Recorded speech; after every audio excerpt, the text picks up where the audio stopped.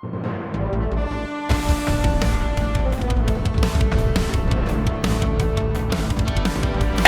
welcome to Hindsight Tonight. I'm Damian Muziani, and here's your news. Leading off, the 25th Winter Olympiad kicked off this weekend in the Italian cities of Milan and Cortina d'Ampezzo. On location to cover it is our own Hindsight Tonight Vatican correspondent, Father Dario Avatara. Hi, Father. How's the weather up there? Ciao, Damian. It's beautiful in Milan. I bring my binocular so I can see everything.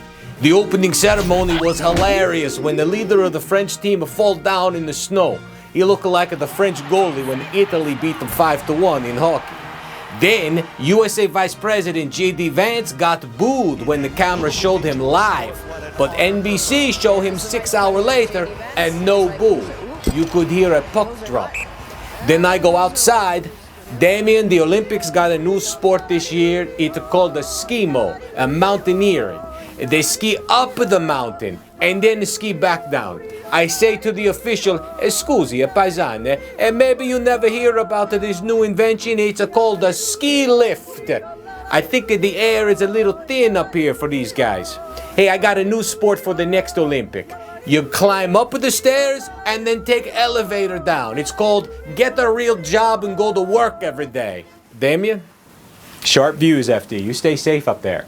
Back in the States, the Equal Employment Opportunity Commission announced this week that it's investigating Nike for allegedly discriminating against white employees through its diversity programs to see if the iconic sportswear company used race as a factor for layoffs. No wonder you never see white people enslaved in those Pakistan and Vietnam child labor sweatshop videos. They all got laid off.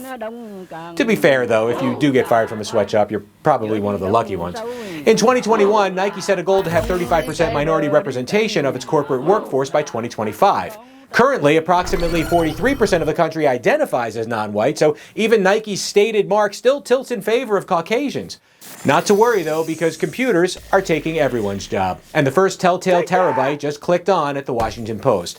The 148-year-old newspaper just laid off 1/3 of its entire human staff last week, and owner Jeff Bezos has responded with this. Those are crickets. It's called a strategic reset for the AI era, which means why pay 1,000 humans to write and investigate when you can just hire Claude, Grok, Gemini, and Copilot for next to nothing?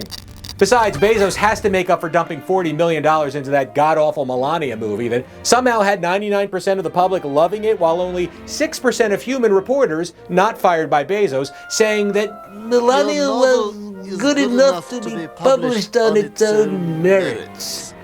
Separated scribes took to the streets in protest. I mean, they're unemployed now, so they certainly have time on their hands. Just last week, they used to cover AI stories, but now AI is covering them. Democracy may die in darkness, but there's no light if you can't pay the electric bill. And that's your news. Please give us a like, comment, and subscribe, and I'll see you next week with Fresh Hindsight.